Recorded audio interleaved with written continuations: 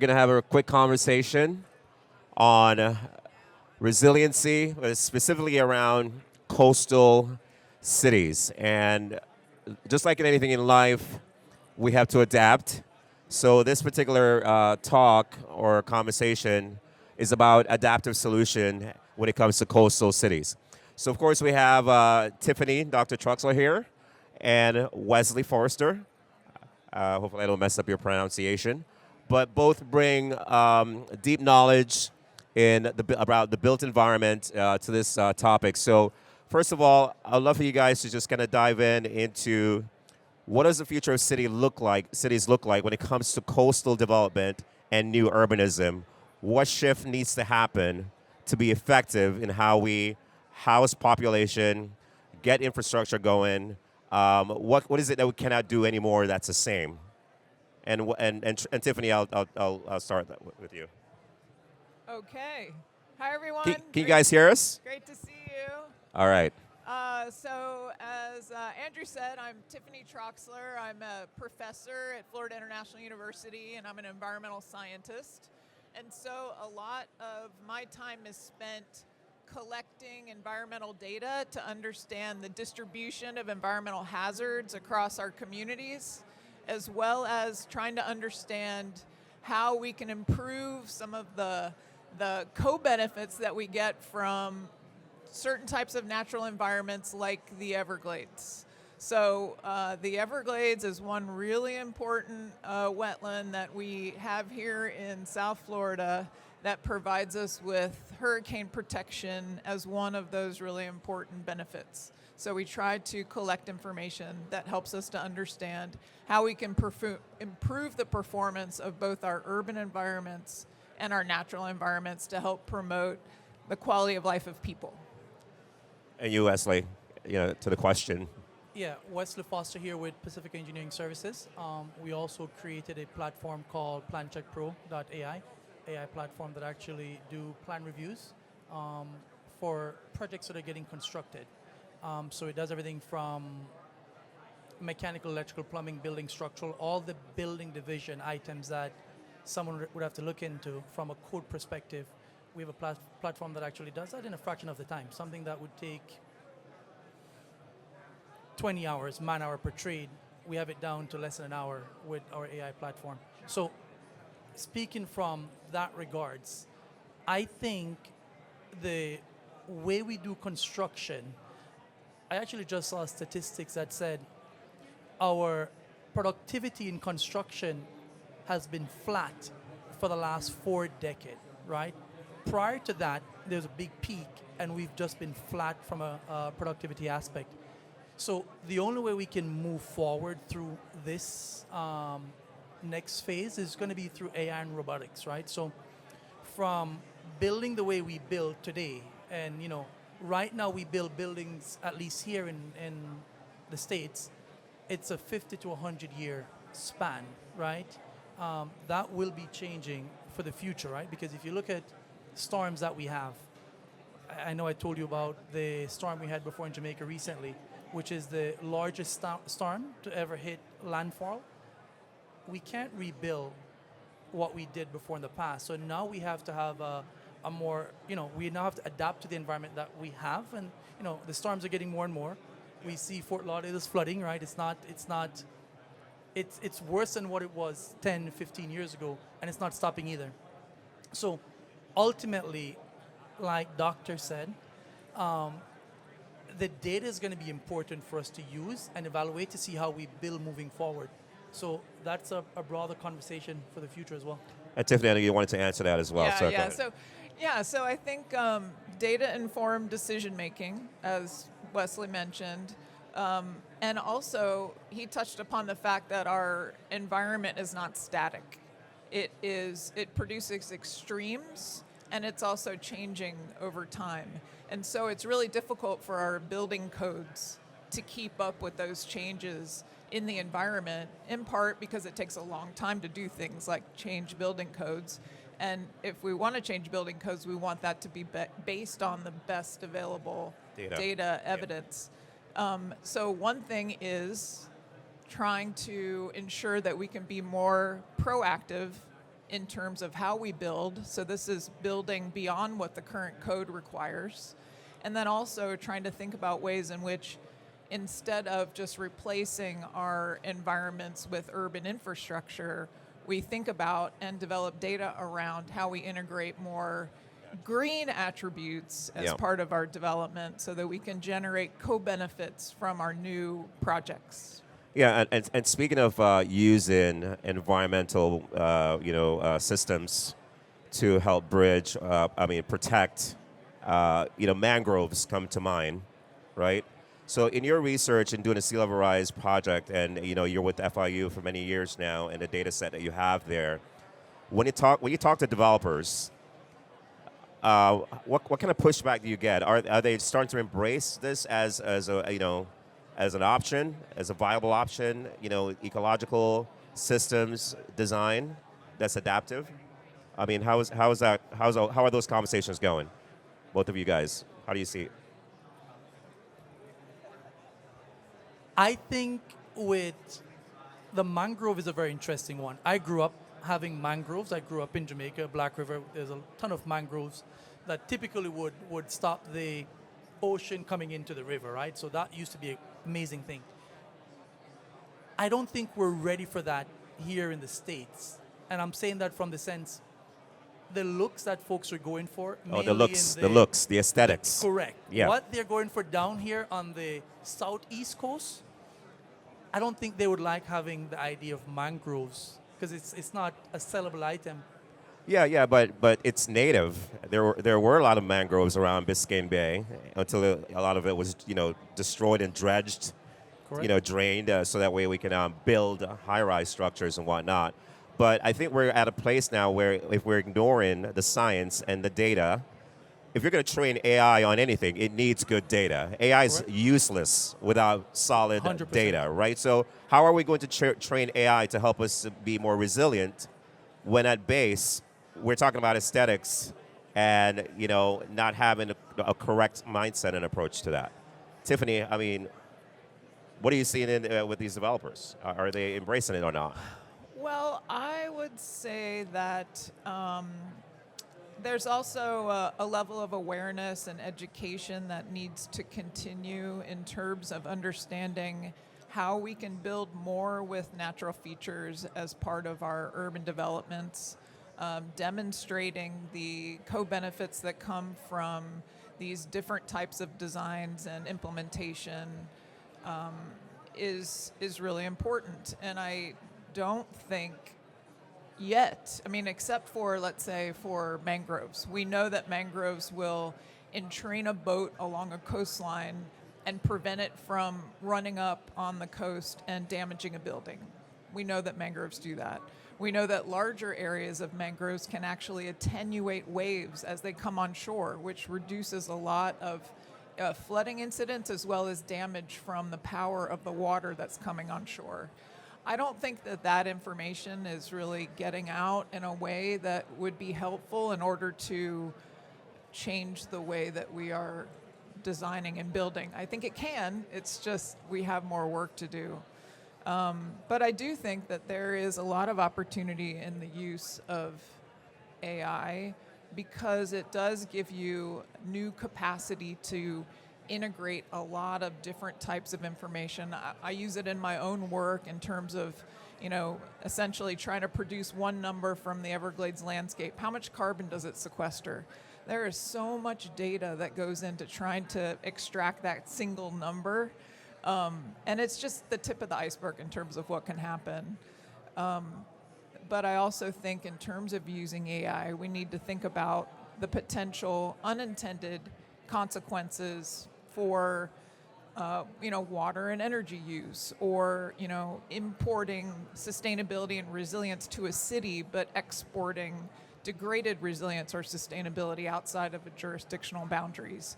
But I think AI in and of itself can help us to answer those questions. We just need to spend time trying to uncover Wesley. that information.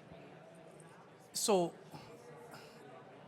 we're currently working on a project called Santander Bank in Miami. I'm not sure if you're aware of that project. It just broke ground. That will be one of the greenest building in the country once it's done. That project is building way above and beyond the local building code, right?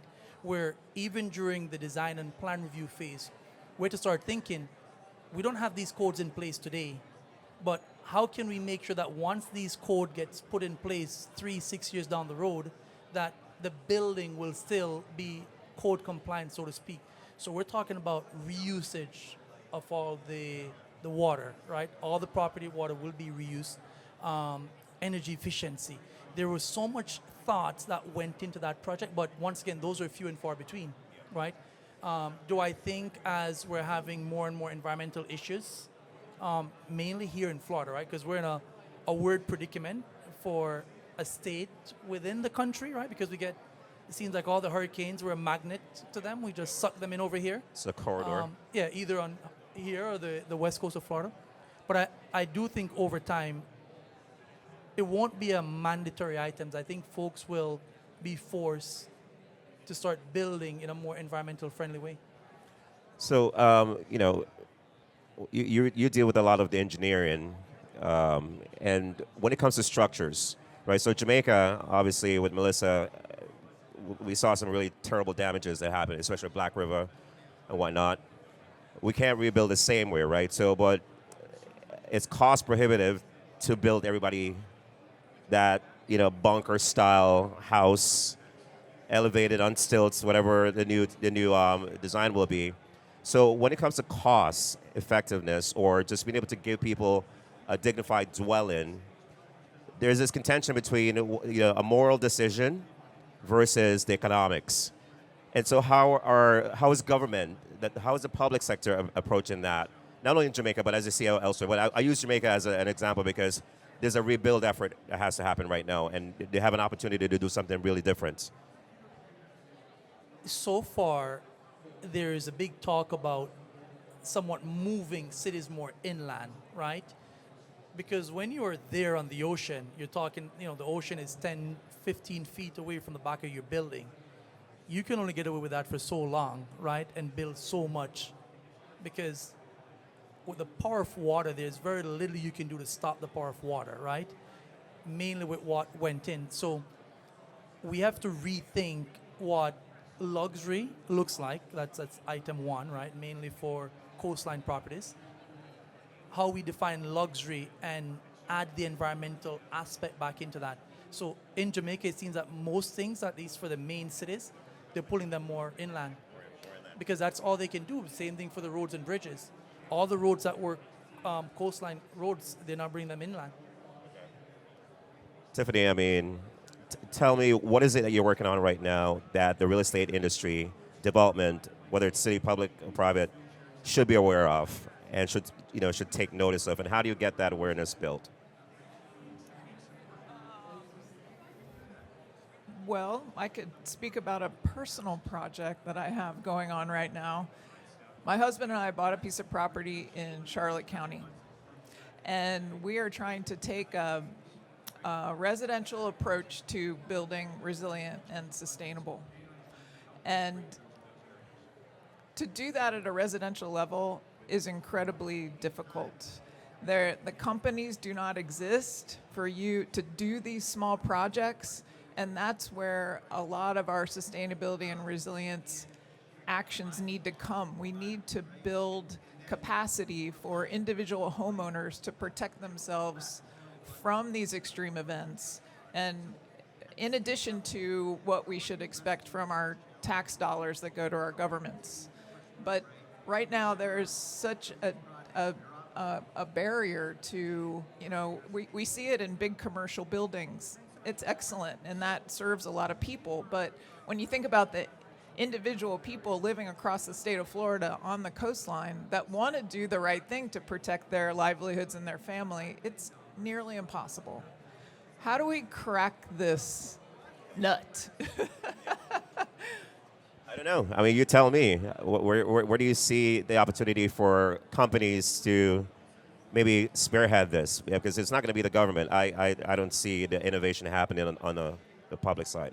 I think the government is attempting, to do it, right? Hence why they give you tax credit, tax break if you go energy efficiency windows, so on and so forth, right, or impact windows. This is sad. I used to have a speech I used to give a year ago when I talk about AI. 2 years ago, actually. I used to say the only way the government adapt to AI in a fast way is if a storm comes and wipe out half the state or the country and they're forced to rebuild back fast. Perfect example. Pre-COVID, prior to COVID, every plans that we submitted for permit, maybe 90+% of building departments were paper. You have to go bring paper in and go through the process, bring them 3 or 6, batch of plans, and go through that review cycle. When COVID hit, between now and then, easily 80% of building departments, if not more, went digital. Not because they wanted to go digital, they're used to doing paper for so long, but they were all forced to go digital because of COVID. So I do think sadly enough, if a good enough natural disaster hit, they will be forced to rebuild back better and faster and more efficient. They have to. I mean, I think it's just humanity, in a lot of ways, very reactive. Sorry to cut you off. Go ahead. No, you. No, I was just going to say, I mean, things get left to the wayside when we do things efficiently and fast. And what we haven't done as a community is decide together what we want our communities to look like when the storm hits, because it is going to hit, and we are not ready. Yeah. We really need to be having that conversation. We need to be talking across disciplines, across sectors, with local government. What is our plan so that we don't price out everyone that used to live in those communities with fast, efficient building? I mean, it's just, unfortunately, it happens in too many places. Let's get in front of it. Yeah, so, as the title says in this particular talk, it's about adaptive solutions. So nothing is static, right? There's no set it and forget it in life. That's where you get a lot of surprises. So how do you design systems that actually adapt as things changes in nature, stronger storms? I remember talking to, it was an engineer around, it was a structural engineer, around building a product and figuring out how long can you design a building to last. And the reality is you can design something that can last 100 years or more, or less than that. It all depends on how much it's going to cost you at the end of the day. So the economics keeps on coming back, right? Who can afford safety? Who can afford an adaptable coastal city? Where's the answer to that? How do we get there? Aside from awareness, aside from knowing what needs to be done, who's going to pay for this? Yeah, I mean, I think that's a really interesting use case for AI. I mean, we can't just think about the resilience of our infrastructure systems. There's so many other systems in our cities. We've got social, environmental, economic, and they all work together. They're all interconnected. There's a lot of information there. How can we leverage AI to start thinking in this systems perspective so that we can optimize ways in which we can reduce the cost of those projects. But also just to mention that just as we can, when we think about resilience across these systems, we can build resilience in our infrastructure systems, but we should also be focusing in an environmental and social and economic systems so that when the infrastructure fails, we have a social system in place that can take care of itself while we figure out what the heck we're going to do with our non-performing infrastructure. And so as we wrap up, who's doing it well right now? Who's prepared? Any country, any coastal cities, U.S. or not, that you think has their act together? Or they're on their way? Any examples out there? Yeah. When you travel and you go to Europe, for example, once you're there and you hear the history of a 900-year building, right? A 1,000-year building. And you look back and I'm like, man, we can barely keep a building standing here for 100 years in the United States, right? I think they figured out the code for building great structures that last, right? But of course, it came at a price. Here, everything is made concrete. There was real stone, right? Cut to perfection to fit. That stone was cut for one purpose and one purpose only. It's not, we might use it here. It was cut for this element of the building, for example, or even certain roadways. Here, we're here designing roadways, and we're guilty of it as well. 20-year lifespan. Where over there, you have a road that's been paved and laid for 200 years, and it's still operational, right? So there's a cost that comes at play, and then there's a big play that has to do with politics, right? Because I feel like when folks are in power, they want to do the pretty stuff today and say, I did this, right? And look at what I did, without thinking about the future generations and the cost implications for the future. Yeah. I'll cite a couple examples. At the individual structure level, we see it in Florida, here and there, withstanding Hurricane Michael up in the Panhandle. One single house was left from the impact of that hurricane because they were thinking forward in terms of their infrastructure and the design of their infrastructure. At the cities, sort of planned community scale. I don't know if you guys have heard of Babcock Ranch. This is a community in Florida where they, were thinking code forward, instituting renewable energies as well as building infrastructure that was beyond the code that was required. When you get larger scale, there are trade-offs. So you can think of, the Netherlands is another great example. Their risk tolerance is much lower than ours. So they plan for 1,000-year storms. Like, they're storms that are of severe impact. They want to make sure that those don't happen. But now they're taking a look at, okay, well, what did we miss when we designed for 1,000-year storms? Well, it came at the expense of our environment. So now we want to think about ways in which we can bring that back into our communities. But we have the opportunity to get in front of it and design for the future so that we can balance these different systems within our cities and beyond. So I want to say thank you both for having this conversation today, and I'd love for you guys to engage with both Tiffany and Wesley as you're thinking about solutions in your municipalities and how you sit on a board or whatever it is that you have influence to bring the awareness, because this is about also changing minds, right? We start at that level, turning on the light bulb. So you have opportunities to just connect with them directly and work through collaboration. All right, thank you so much. Thank you.